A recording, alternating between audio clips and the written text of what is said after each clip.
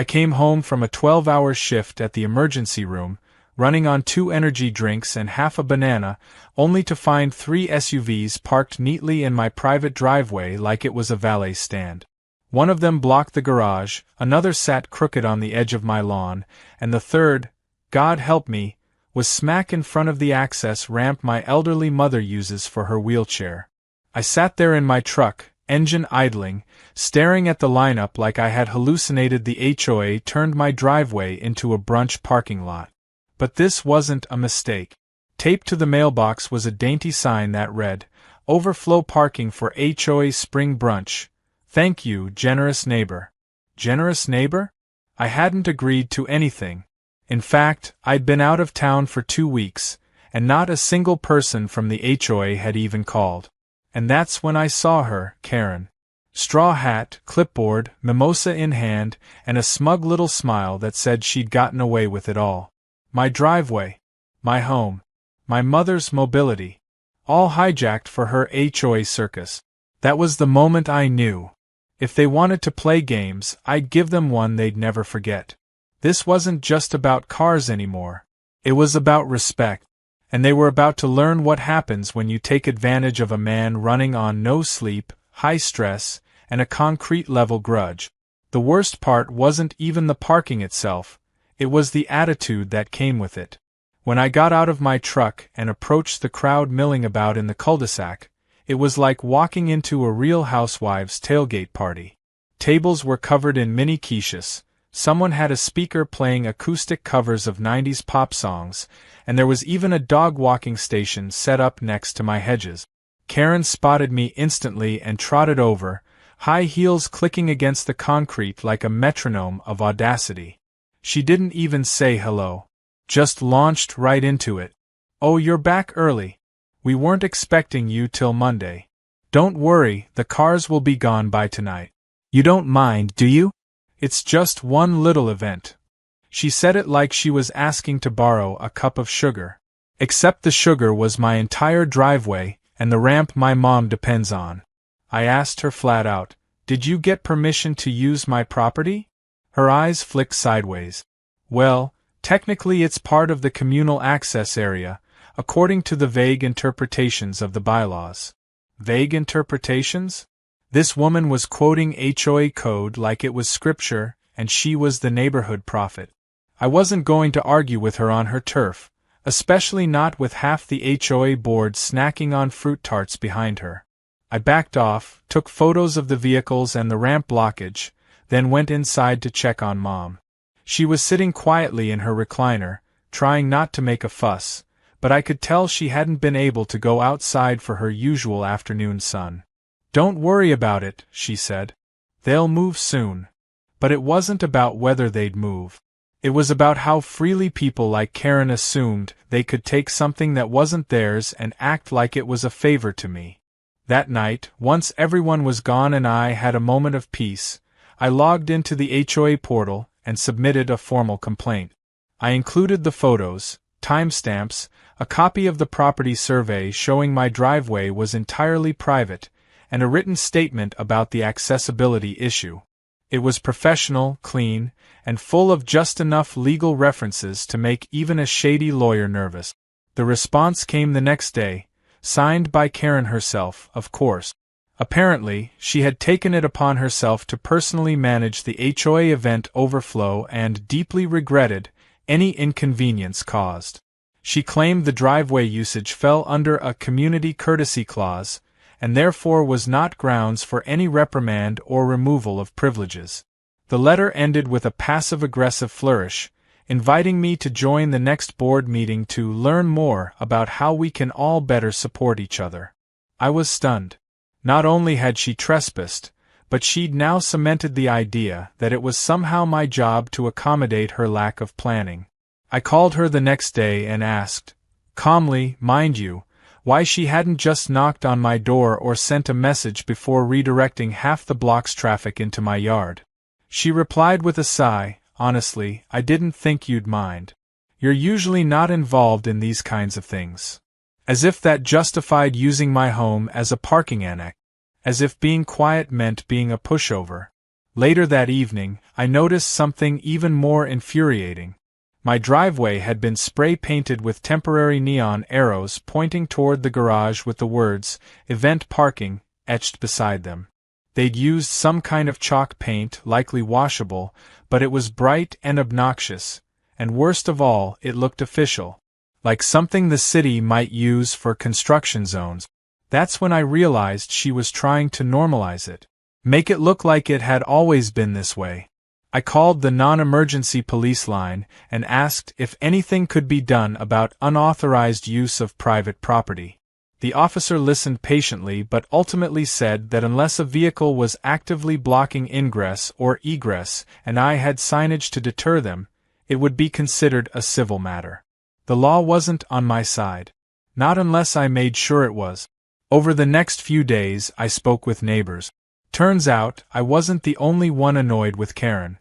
Several of them admitted she had a habit of making unilateral decisions, approving sidewalk art without vote, changing gate codes without notice, even once charging a neighbor for a flowerbed violation that didn't exist in any bylaw. But no one had challenged her. She was loud, she was relentless, and she knew just enough legal-sounding fluff to keep people intimidated. That's when something inside me snapped, not out of rage, but resolve. I wasn't going to fight her through emails or complaint forms anymore. I was going to give her exactly what she wanted: exclusive access, permanent access, access no guest could ever pass.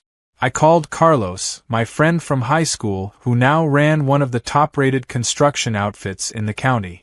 We met up for drinks, and when I explained the situation, he leaned back, whistled, and said, "So, you want to build a wall?" I nodded. A beautiful, decorative, permit-approved brick wall. Waist-high. Completely within code. Just tall enough to prevent vehicles from entering. And just legal enough that Karen can't touch it. Carlos chuckled and took a long sip from his beer. "You want revenge that smiles back. I like it." The plan was already forming in my head. I'd apply for a landscaping modification permit under the guise of installing a decorative border garden. Add some solar lighting. Maybe a plaque. It'd be done quietly, at night if necessary. Karen would never see it coming. Not until it was too late. She wanted a driveway for her guests? Fine. I'd give her a monument instead. A monument to her arrogance, her entitlement, and her complete underestimation of the quiet guy next door. Because sometimes the best way to win isn't with yelling or lawsuit. Sometimes it's with brick. Cold, heavy, undeniable brick. And this time, they'd speak louder than any HOA memo ever could. Carlos showed up the next morning in a faded hoodie and cargo pants, sipping black coffee like it was oxygen. He brought 2 of his crew members with him, both quiet guys who didn't ask questions and clearly understood the unspoken code of neighborhood wars. I took them around the front of the house and laid out the plan like we were staging a tactical operation. The driveway, 32 feet wide and sloping slightly down from the curb, had enough space for a decorative barrier. Not a fence, which could be contested by HOA guidelines, but something that looked like part of the landscape. The trick was to make it undeniably aesthetic while making sure it served the real purpose, blocking every tire that dared roll near my garage again. Carlos measured everything, nodded, and said, "We'll need about 500 bricks, 10 bags of mortar, and a weekend with no HOA eyes on us." I told him I'd get the permit approved and have everything delivered under the radar. He grinned and said, "Let's build the Great Wall of Karen." I started by filling out an online application with the city under the Landscaping Development Clause, describing the project as a decorative brick boundary for erosion control and visual enhancement. I even included a sketch with exaggerated flowers and solar lights drawn in crayon-like detail. It wasn't dishonest exactly, just a strategic emphasis on the less aggressive details. A friend of mine from the zoning department gave it a fast-track stamp within 24 hours, no questions asked. Meanwhile, I used my side business license, registered under my name for occasional handyman gigs, to place a bulk order of red bricks and supplies. The invoices all listed landscape edging materials. The delivery was scheduled for Friday night, just after sunset, using a flatbed truck that would back up through the alley and offload directly behind my privacy fence. No one would see a thing unless they were actively spying from a second-story window. And if Karen was that dedicated, well, that was a different problem. Of course, Karen remained suspicious. On Thursday afternoon, she walked by as I watered the grass and squinted toward the side of my house. Saw some building materials listed in the neighborhood app marketplace, she said with that fake casual tone she used when fishing for information. Someone planning a big project? I smiled politely and shrugged. Might be. Could be my neighbor up the hill. They've got drainage issues.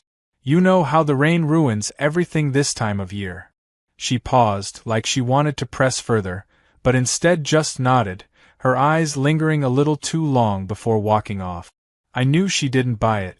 She always thought she was the smartest person in the room, but that was her weakness. People like Karen rely on fear and predictability.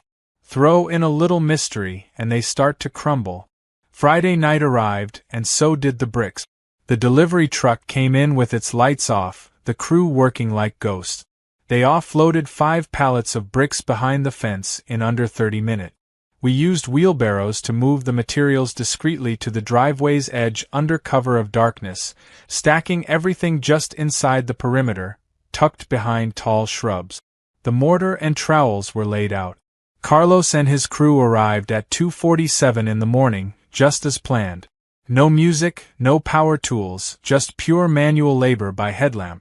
Every brick was placed with surgical precision. The line curved gently along the edge of the driveway, extending all the way across from fence to fence. The wall rose steadily, and by dawn, it stood about 3.5 feet high. Not too tall to be obnoxious, not too short to step over.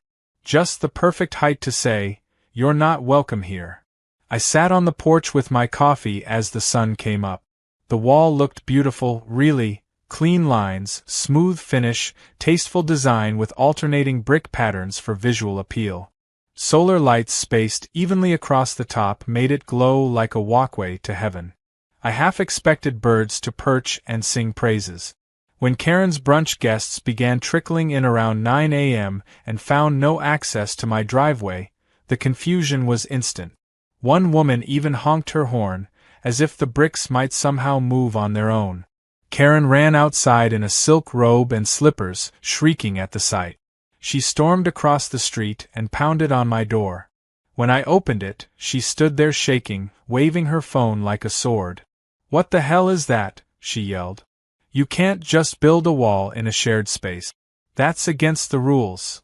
I calmly handed her a copy of my permit, printed and laminated like a trophy. "It's not a wall. It's a landscape feature. For erosion control. Fully permitted. Fully decorative." Her eyes bulged as she scanned the paper.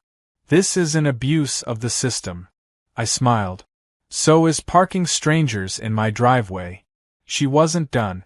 Karen started texting people on the HOA board, summoning an impromptu meeting on her front lawn like some kind of HOA Avengers summit.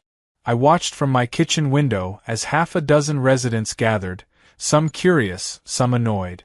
She gestured wildly at the brick wall, pointing, pacing, holding up her phone and speaking like she was delivering a TED Talk on oppression. One of the board members, a retired engineer named Bill, walked over to inspect the wall himself. I greeted him at the curb and explained the situation. Bill nodded thoughtfully, took out a small level from his pocket, checked the wall for plumb, and then said, "Beautiful craftsmanship. Honestly, more people should do this. Cuts down on water runoff." He smiled, shook my hand, and walked off. I could see Karen watching us like she'd just witnessed a betrayal. She screamed something unintelligible and stormed inside her house, slamming the door so hard it echoed down the street. Later that evening, she posted a long message in the neighborhood app, accusing me of intentionally disrupting the community aesthetic, undermining HOA authority, and creating a hazard for emergency vehicles. The comments were not in her favor. Most neighbors responded with variations of, "It's his property. It looks great," and "Karen, didn't you approve that birthday bounce house that blocked a fire hydrant last year?" One neighbor even posted a photo of the brick wall with a caption that read, "Finally, a real HOA improvement." By the end of the weekend, the brick wall had become a local attraction. People walking their dogs would stop and admire it. Some took selfies.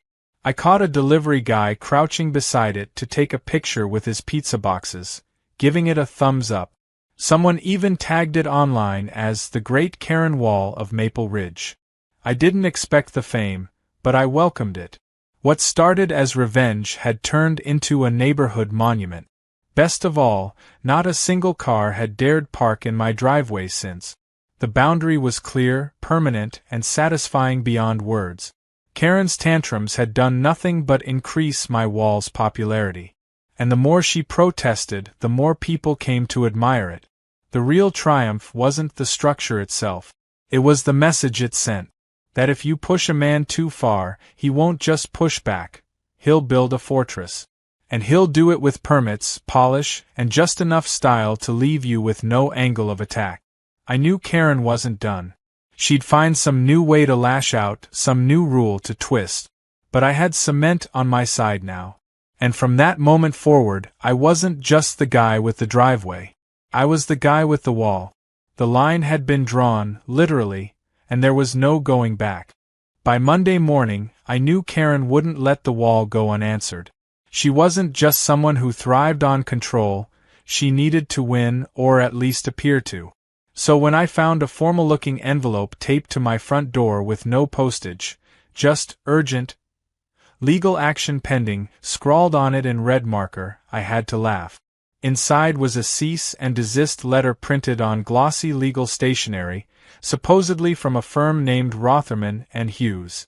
It accused me of erecting a hostile barrier in a shared access zone and claimed I had violated multiple community guidelines and safety protocols. The letter said I had 72 hours to demolish the structure or face civil penalties, including fines, court action, and possible removal from the HOA. The language was aggressive, but it read more like a high school drama script than real legal prose. Something about it felt off. The first red flag was the contact information. The phone number didn't lead to a law office. It rang twice, then went to a vague voicemail with no business name. The second red flag was the name of the lawyer. Samuel Rotherman, ESQ. I ran a quick search through the state's Bar Association website, and no such attorney existed.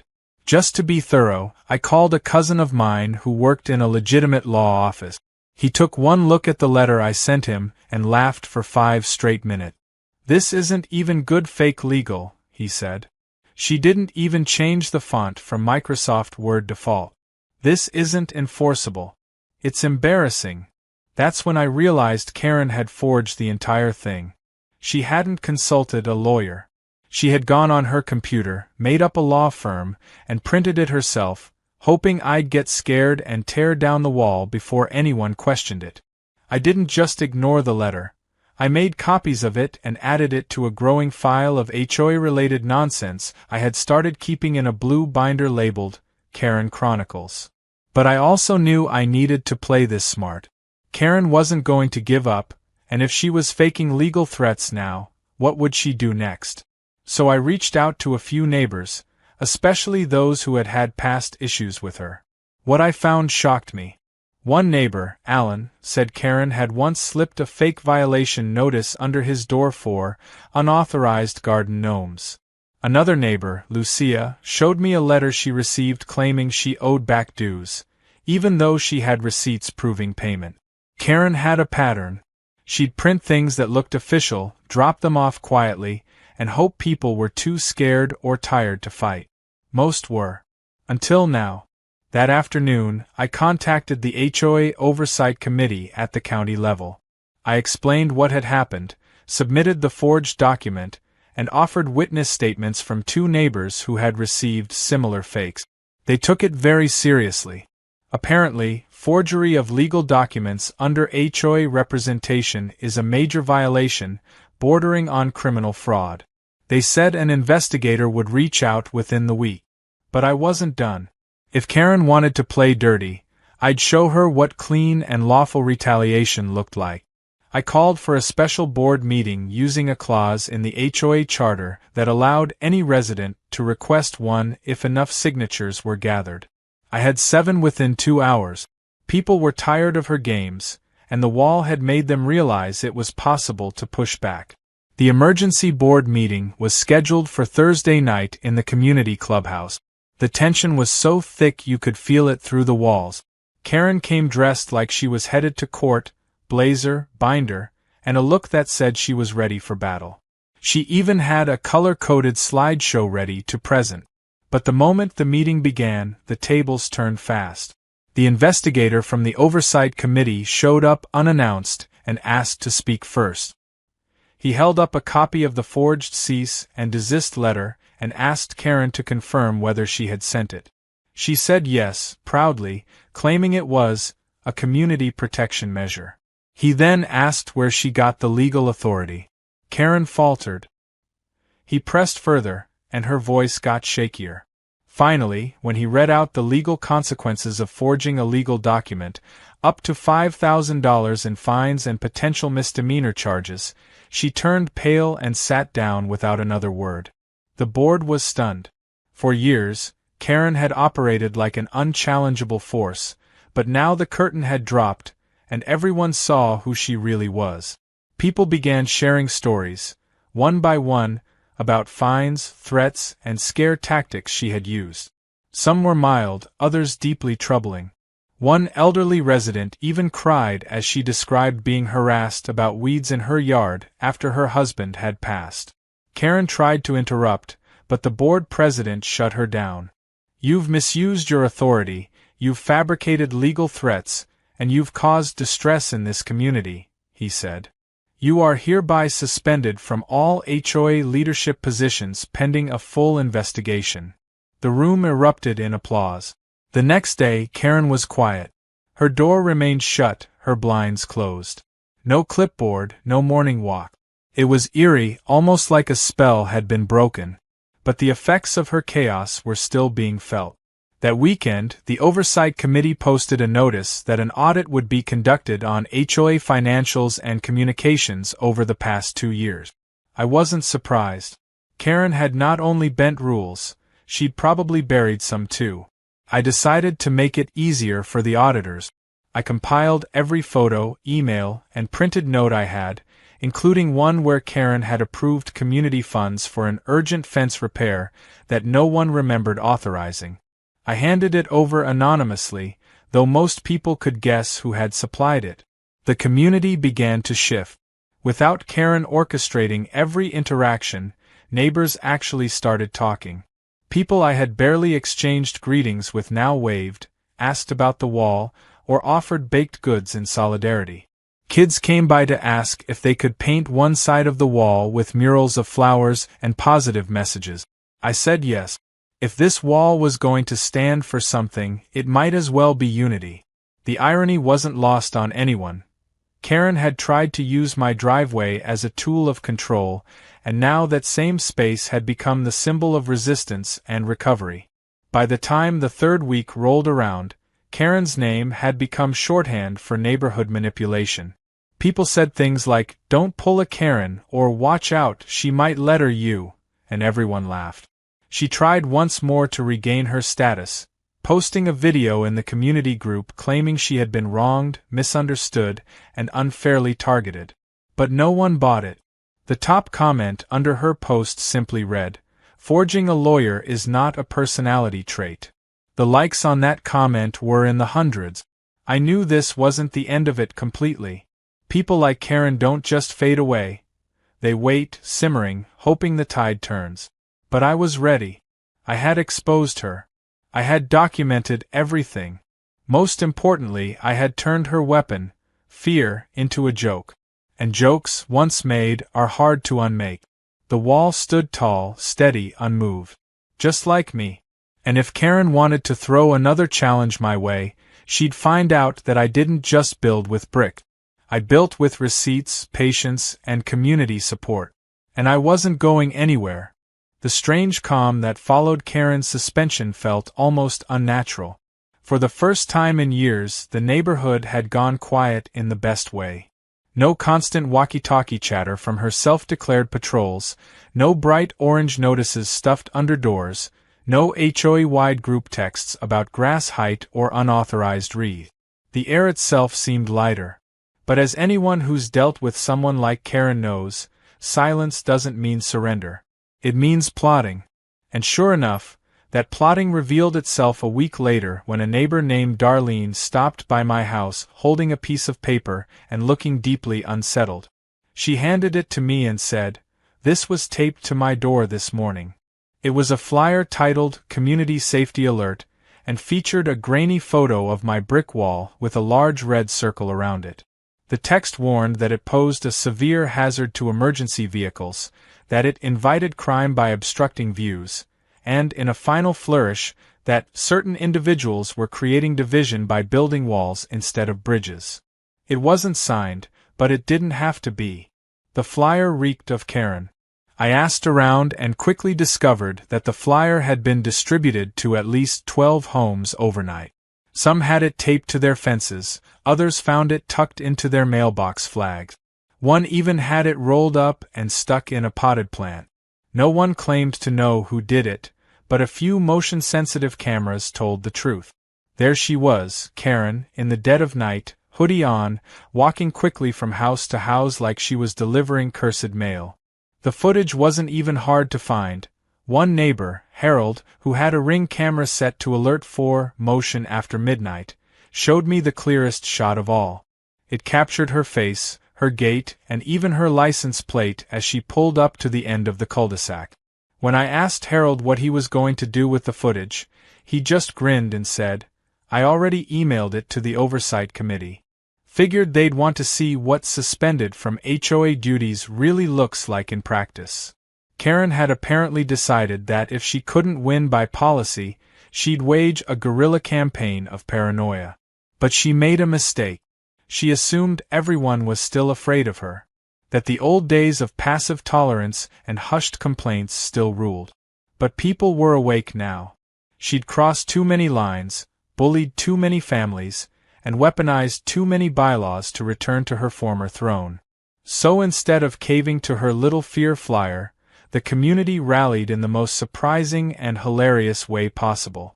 A neighbor named Jen, who taught art at the local middle school, offered to host a wall day where kids could paint cheerful murals on my brick barrier. What began as a small plan turned into a full neighborhood event.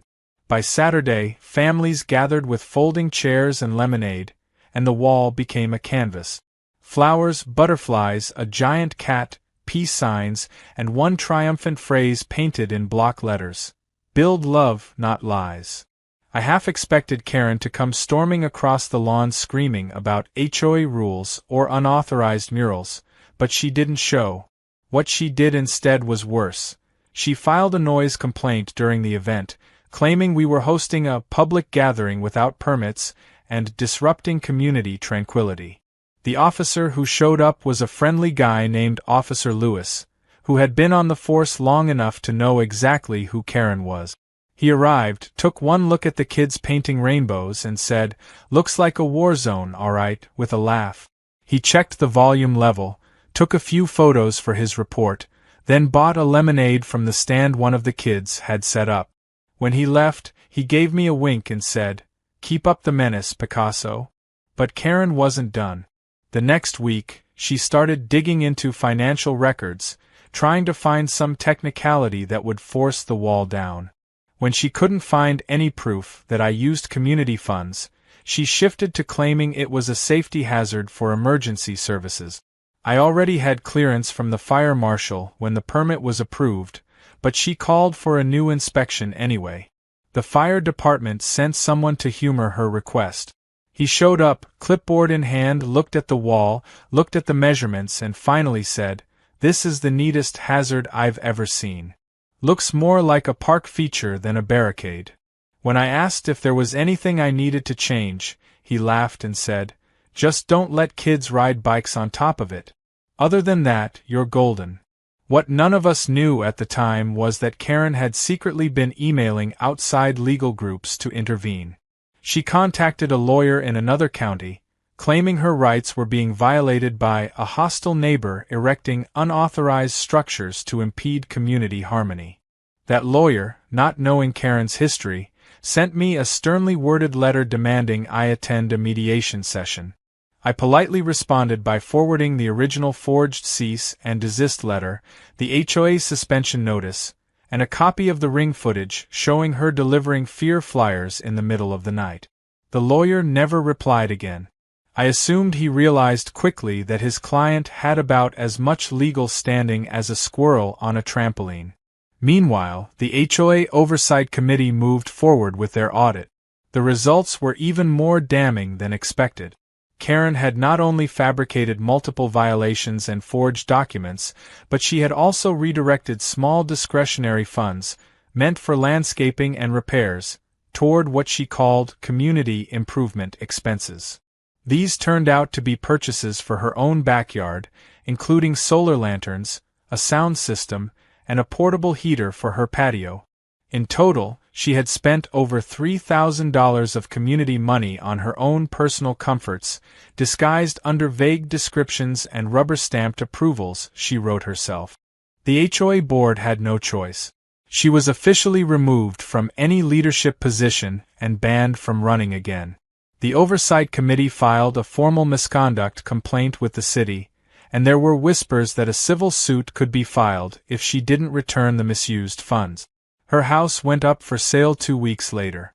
The listing was vague and optimistic, describing the area as a peaceful and tight-knit community with vibrant energy. I couldn't help but laugh when I saw it. The only vibrant energy she'd experienced was the neighborhood rejoicing the day she lost her grip on everyone. But she wasn't going quietly. 2 nights before the for sale sign went up, I caught her on camera again. This time dumping a bucket of manure just over my fence. Not in my yard exactly, but close enough that the smell wafted up like a toxic goodbye letter. I didn't even get mad. I just uploaded the video to the neighborhood group with the caption, "Karen's final message of unity." The reactions came fast and furious. Someone edited the footage to dramatic music. Another added cartoon stink clouds. It got shared around like wildfire, and within hours, it hit a local meme page where the caption read, "And she rode off into the sunset on a wave of her own nonsense." I filed a formal complaint with the city for illegal dumping, and she was fined $200. A small price to pay, but symbolic in the best way. She didn't just leave the neighborhood, she fled it. The next morning, a moving truck pulled up, and Karen was gone by nightfall. No goodbyes, no final declarations, just a vacant house and a lingering odor. The irony was that she had once claimed my wall divided the community, but it had done the exact opposite. It brought people together. It reminded them that standing up doesn't mean fighting with fists, it means being immovable when it matters. And as the kids painted one last addition to the mural, a giant smiley face with a speech bubble saying, "Goodbye, Karen," I couldn't help but feel that, finally, we had peace. Not because she left, but because we reclaimed what she tried to steal. Dignity. Unity. And yes, a driveway. A driveway bricked not just with mortar, but with every ounce of justified resistance we could muster. The first weekend after Karen officially moved out felt like the neighborhood had taken a deep breath for the first time in years. No one said it out loud, but the atmosphere was unmistakably different. Kids played more freely on the sidewalks, couples took evening strolls without checking over their shoulders for clipboard patrols, and the community message board had gone from passive-aggressive rants to posts about garage sales, recipe swaps, and lost cat. The difference was night and day, and though she was no longer present, the impact of her absence was like sunshine breaking through after a long, stubborn storm. And in the center of it all stood the wall. My wall. Still firm, still decorative, and still admired by every person who walked past it.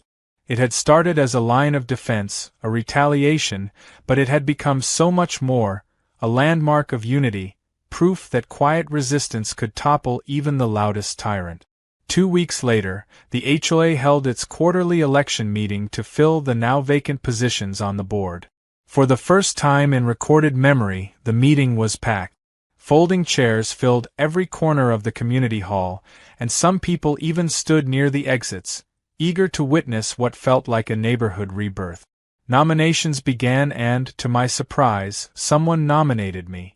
At first, I laughed and shook my head, thinking it was just a joke. But then a few others chimed in, insisting I accept. They said I had done more for the community in 2 months than the previous board had done in 5 years. I finally agreed, not out of vanity, but because I knew if we didn't put real people in charge, someone like Karen would just fill the vacuum again. The vote was unanimous. I was elected as the new vice president of the HOA. A woman named Ellen, a retired school principal with a backbone stronger than rebar, became the president. She smiled at me after the votes were counted and said, "Time to scrub this HOA clean." One of our first actions was to rewrite the bylaws to eliminate any gray areas Karen had previously exploited. We created new rules that clearly prohibited assigning or encouraging guests to use private driveways without explicit permission. We added clauses that restricted spending power unless budgeted and documented transparently.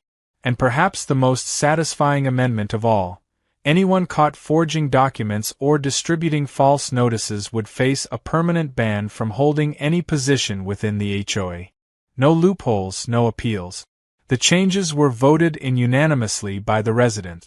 It was more than policy, it was restoration. A rebuilding of trust. With the new board in place and the Karen era officially closed, the neighborhood started to evolve. The wall, which had once been a symbol of rebellion, became a community project. Kids continued to add new artwork with adult supervision. Someone painted a dog chasing butterflies. Another added a colorful dragon wrapped around a peace sign. A nearby neighbor installed a small bench just beside the wall, turning it into a resting spot for evening walkers. I didn't stop any of it. In fact, I encouraged it. One evening, I added my own contribution, a painted panel of a single brick with the words, "Built with boundaries." Subtle, but meaningful. People got it. That same week, a local journalist reached out after hearing about the viral manure video and the HOA saga. She was doing a piece on community empowerment and asked if she could interview me for a feature titled, "The Wall That Stood Its Ground." I agreed, as long as the focus was on the neighborhood and not just on Karen's misdeed. The interview was short but honest. I talked about how it wasn't really about bricks or bylaws. It was about standing up when no one else could, and using logic, law, and a little humor instead of yelling and chaos. The story was published online and quickly gained traction. Suddenly, people from other neighborhoods, even other states, began messaging me. Some shared similar experiences. Others asked how they could organize change in their own communities. I hadn't intended to become some symbol of HOA rebellion, but if my experience helped even one person stand up to an overbearing neighbor, it was worth it.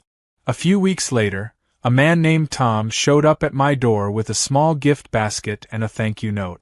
He had recently moved into Karen's old house with his wife and 2 daughters. Apparently, no one had warned them about the history of the property, but neighbors quickly filled him in.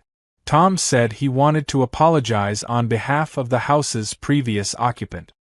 He also handed me a stack of unopened letters he found in a back closet, all addressed to former residents with HOA fine notices inside, none of which had ever been mailed or recorded officially.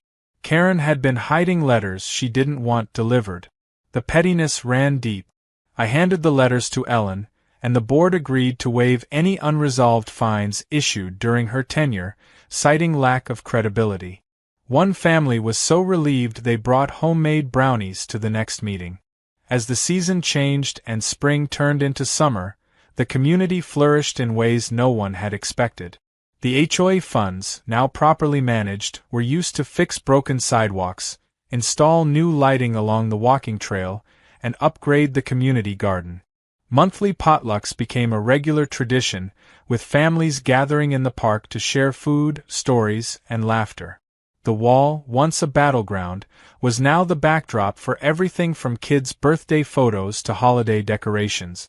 During the 4th of July, someone wrapped it in red, white, and blue streamers and planted little flags across the top. The mural of unity now included fireworks, and a smiling bald eagle that someone claimed looked a bit like me. I didn't correct them. Through all of this, I stayed grounded. I still worked my job, took care of my mom, and minded my own business. But I also stayed engaged, showing up to every board meeting, making sure no new Karen emerged from the shadows. And as time went on, people started asking me for advice, not just on HOA matters, but on how to handle difficult situations with grace. It was strange being seen as the voice of reason when all I had done, in my eyes, was build a wall out of frustration. But maybe that's how change starts. Not with grand speeches or lawsuits, but with one clear act that says, "You've gone too far." And now, I'm done letting it slide.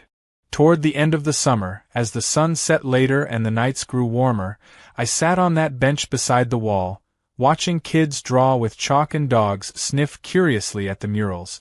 A couple walked by and waved, the woman saying, "Thank you again for everything. That wall saved this place." I nodded but didn't say much. What could I say? That a stack of bricks had done what a dozen complaints never could? That standing still could be more powerful than shouting? Maybe the best revenge isn't loud or violent. Maybe it's peaceful, firm. Brick by brick. Karen never came back. Her name faded from the gossip chain, slowly replaced with better things. New neighbors, fresh starts, and improved friendship. But the lessons she taught us stuck around. We learned that silence is not agreement. That fear only works until someone calls it out. And that communities thrive not when people follow blindly, but when they hold each other accountable. And so the wall remained, not as a grudge, but as a reminder. That standing up for yourself can unite others. That decency can win. And that sometimes the strongest message you